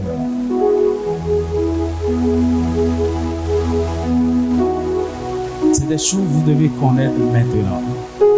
Je vous ai dit comment j'ai reçu quelqu'un qui, après 15 ans de mariage, est au tribunal actuellement pour divorcer. Quand il me racontait sa vie, j'étais désolé pour lui. C'était la vraie souffrance, la douleur. Il me parlait, j'ai dit, waouh! Il a dit, mon frère, il faut divorcer. Qu'est-ce que tu veux faire, non? Mais je lui ai posé une question. Au départ, quelle était ta perception du mariage? Dieu t'avait parlé? C'était le plan de Dieu. Il m'a dit, pasteur, c'est ça, hein? C'est pourquoi j'ai décidé de recommencer à zéro. Vous savez ce que ça fait? 15 ans. En fait, ça a gâché beaucoup de choses. Professionnellement, financièrement, matériellement. Sa vie a été bloquée pendant plus de 15 ans à cause d'un mauvais mariage. Un gars très intelligent.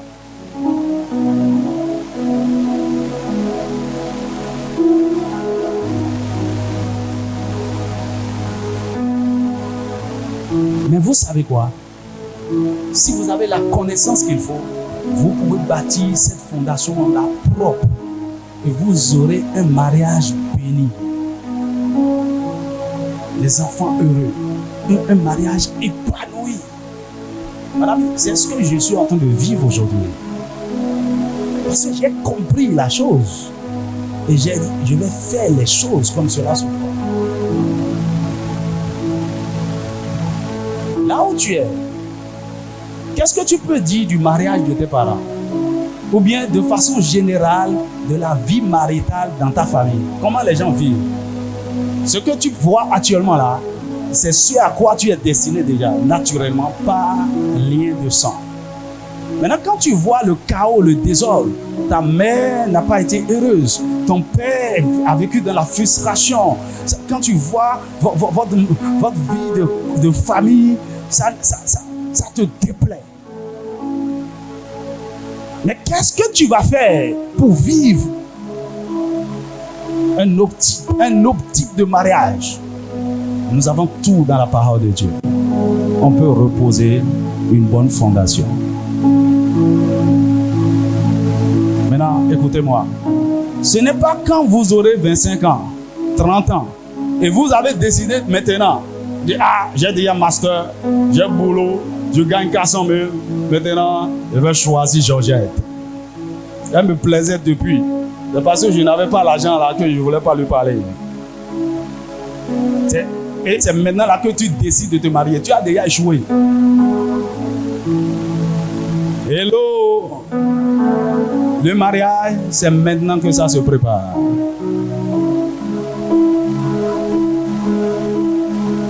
Mais voici qui vous éduque en matière de mariage. Qui vous éduque en matière de relation. Ça ne s'apprend pas à l'école. C'est pourquoi l'Église est la meilleure plateforme d'éducation et de transformation des vies. On t'apprend la philo, on t'apprend la chimie, on t'apprend les mathématiques, mais on ne t'apprend pas à vivre la vie. Est-ce que tu me suis? Après la relation, la fondation maritale, il y a maintenant la fondation professionnelle et ministérielle. Dis avec moi, professionnel.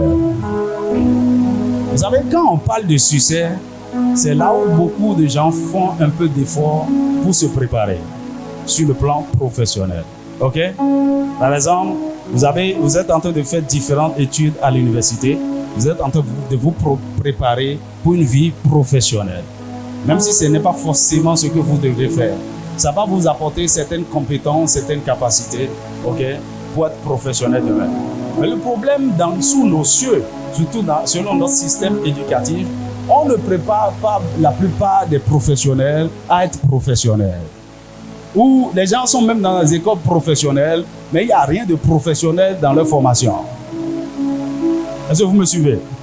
Alors, par rapport à votre vocation, Pour être un professionnel, quelqu'un de compétent dans son domaine, c'est au-delà de ce qu'on vous apprend à l'école.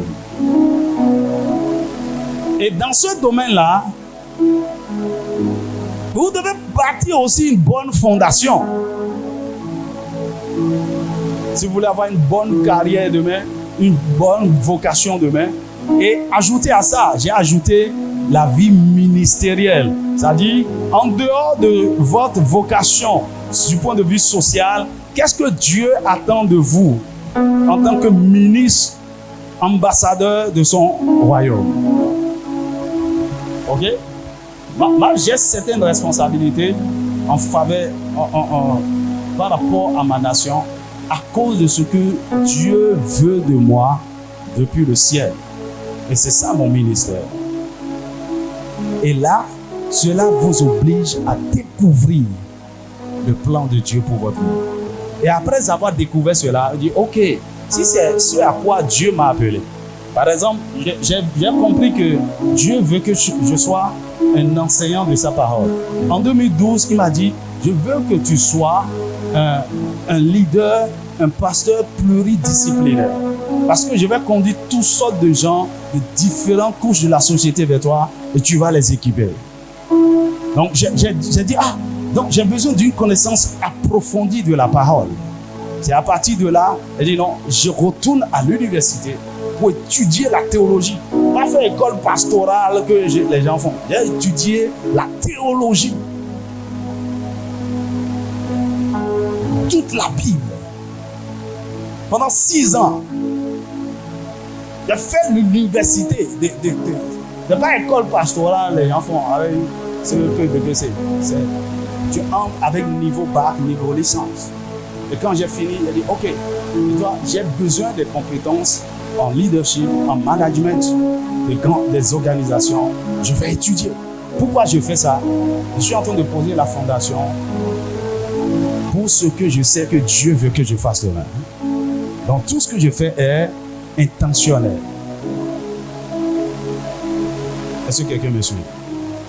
La fondation professionnelle ou ministérielle. Et la dernière des fondations, la 5e fondation, qui n'est pas ce qu'il faut négliger, c'est la fondation financière. Dis avec ma fondation financière. Qui sont ceux qui veulent avoir beaucoup d'argent? Hein? Tout le monde.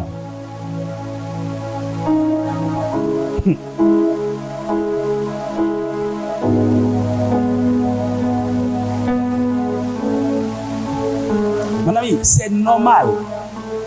Parce que quelle que soit votre spiritualité, votre moralité, votre mentalité, le bon mari que vous êtes, si vous êtes pauvre, vous êtes frustré.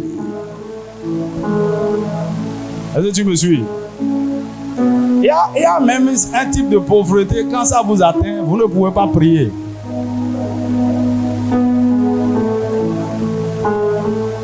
Qui comprend de quoi je parle? Allez, si pour bien prier, là, il faut avoir l'argent. Hein? Pour bien connaître Dieu, étudier Dieu, il faut avoir un certain... Dis-moi amen. Maintenant, nous sommes ici maintenant. C'est l'argent qui a payé cette salle. Ok? Les transports et tout. Tout à l'heure, vous allez manger. On le paye. On n'a pas prié. Seigneur. Et fais un miracle. Mon ami. C'est l'argent. On a besoin d'argent. Pas miracle.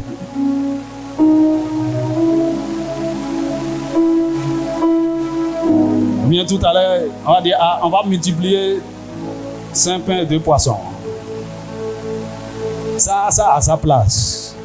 Et en attendant de faire cette prière-là, on peut faire sortir l'argent et préparer de bons repas. Amen. Mon ami, dans tous les domaines de votre vie, vous avez besoin d'argent pour être épanoui, pour être équilibré. Maintenant, toutes les autres fondations, si vous les posez bien, c'est ça qui vous aide à avoir de l'argent. Est-ce que vous me suivez? Maintenant, de façon spécifique, en ce qui concerne l'argent, vous avez besoin d'une bonne fondation. Vous avez besoin d'une éducation financière. Je vais vous garantir plus de 95%, pour ne pas dire 99% des jeunes, en tout cas béninois, on ne connaît rien par rapport à l'argent.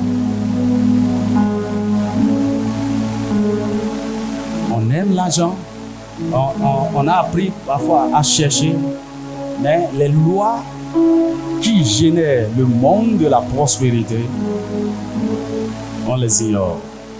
Et il faut prendre du temps pour poser cette fondation. Et je vous assure, c'est une fondation qui a besoin de ces matériaux et ça prend le temps qu'il faut pour bâtir. Et lorsque vous aurez fini de bâtir votre fondation financière, je vous assure, allez, ça ne peut pas manquer. Vous aurez beaucoup d'argent. Lorsque la bonne fondation est posée financièrement, vous devenez un champ magnétique pour l'argent.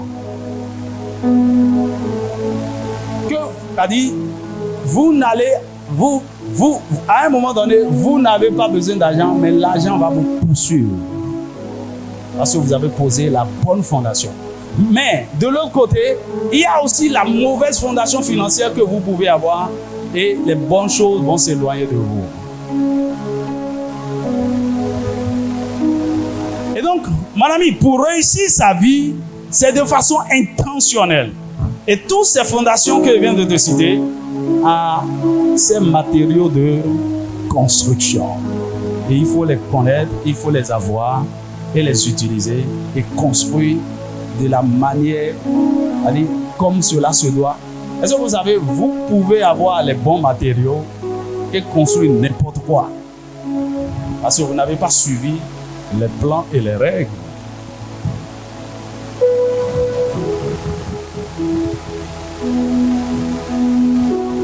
Et comme la vie est un long voyage, il vaut mieux commencer par se préparer très tôt. C'est pourquoi la jeunesse est très importante pour moi. Vous savez, je sais ce que le fait de rencontrer Jésus très tôt m'a apporté. En fait, ça m'a permis de ne pas faire certaines erreurs, de comprendre certaines choses très tôt et de commencer par marcher de façon intègre. Par exemple, il y a eu un choix que j'ai eu à faire. C'est-à-dire la seule femme que je connaîtrai dans ma vie sexuellement, c'est celle que je vais épouser. Et j'ai pris cette décision quand j'ai accepté Jésus en classe de 3e.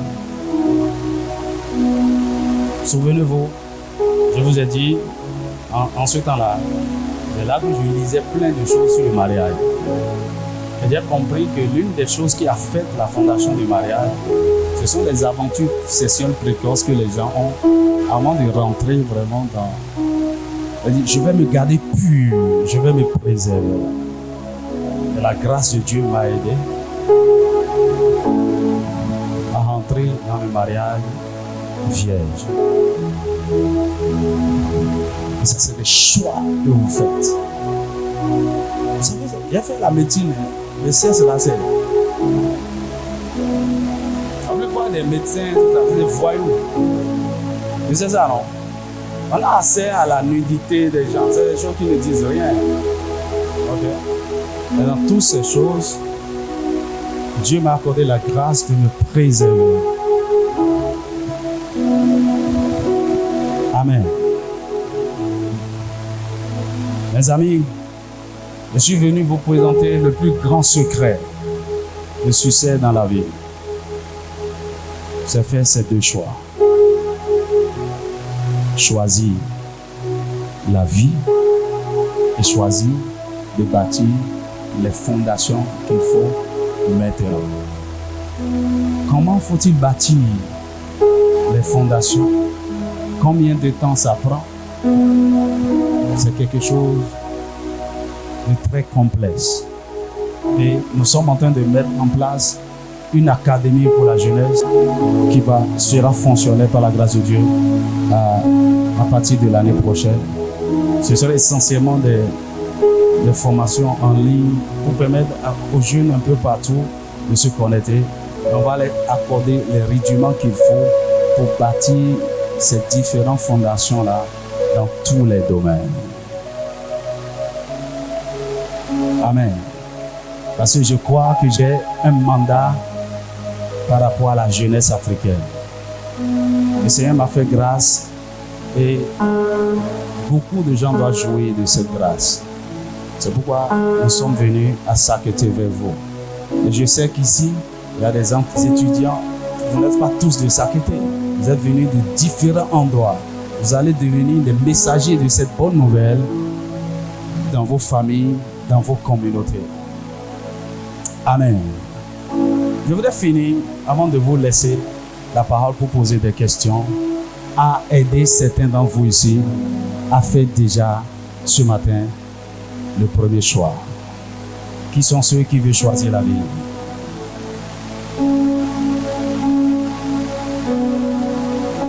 Amen. Qui sont ceux-là? Je ne te parle pas de la religion. Je ne te parle pas de... Non. Tu as compris selon les explications que choisir Jésus, c'est choisir la vie. Alors, si tu es prêt à choisir la vie, là où tu es, est-ce que tu peux lever ta main?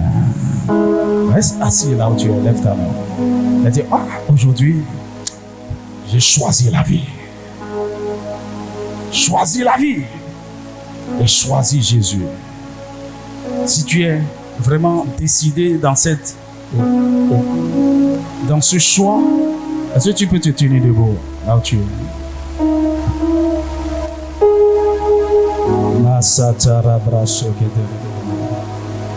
Pas tout le monde, hein, ceux qui ont décidé de faire ce choix.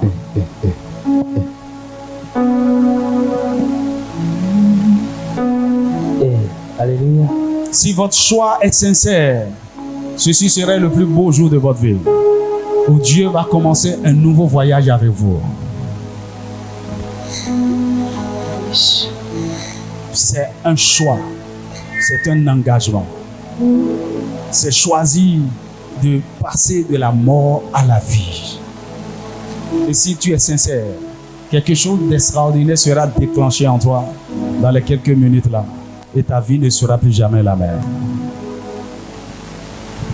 Alors, je vois beaucoup de monde debout. Sinon, j'allais inviter certains à s'approcher pour que je prie spécialement pour eux. Mais de ta position là où tu es, si tu as décidé de faire ce choix, le choix de la vie, mets ta main droite sur ton cœur et tu vas faire cette déclaration avec moi. Les bras sautent à la brache.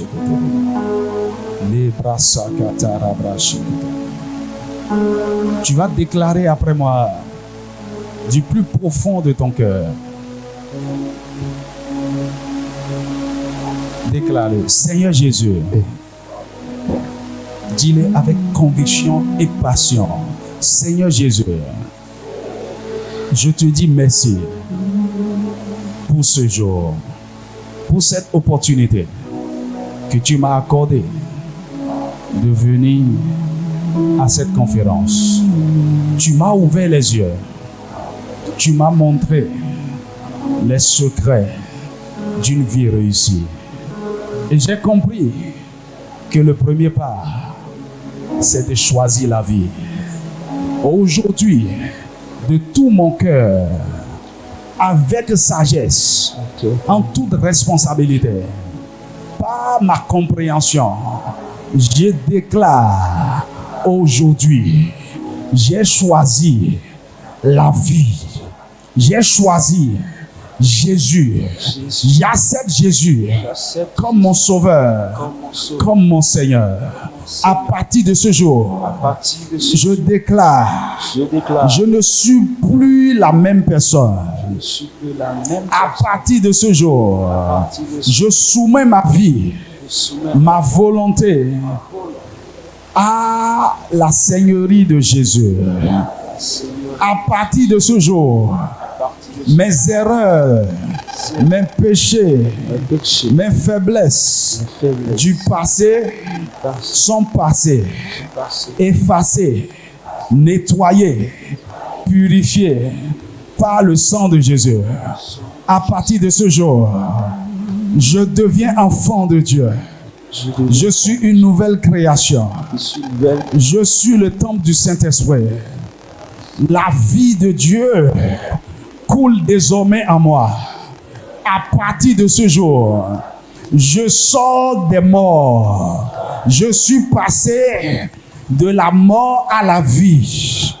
Je suis passé de la malédiction à la bénédiction. À partir de ce jour, ma vie ne sera plus jamais la même. Le Saint-Esprit habite en moi. Dès maintenant, jusqu'à la fin de mes jours, je ne laisserai pas Jésus. Je le suivrai. Je le servirai. Je me soumettrai à lui jusqu'à la fin de mes jours. Au nom de Jésus. Seigneur, que cette décision soit écrite sur les tables de mon cœur comme un engagement solennel que je n'abandonnerai jamais. Au nom de Jésus. Amen. Merci Seigneur, Merci Seigneur. de m'avoir accepté, de m'avoir sauvé, de m'avoir donné ta vie. Je la reçois avec joie, avec reconnaissance. Et à partir de ce jour, ma vie ne sera plus jamais la même. Je suis rentré sur le chemin du succès pour une vie réussie. Au nom de Jésus. Est-ce que tu peux acclamer le Seigneur?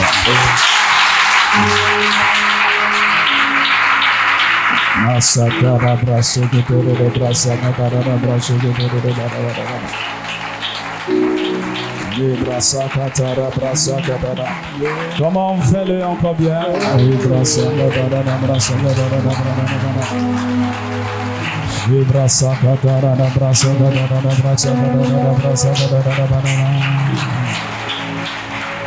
Moi j'ai décidé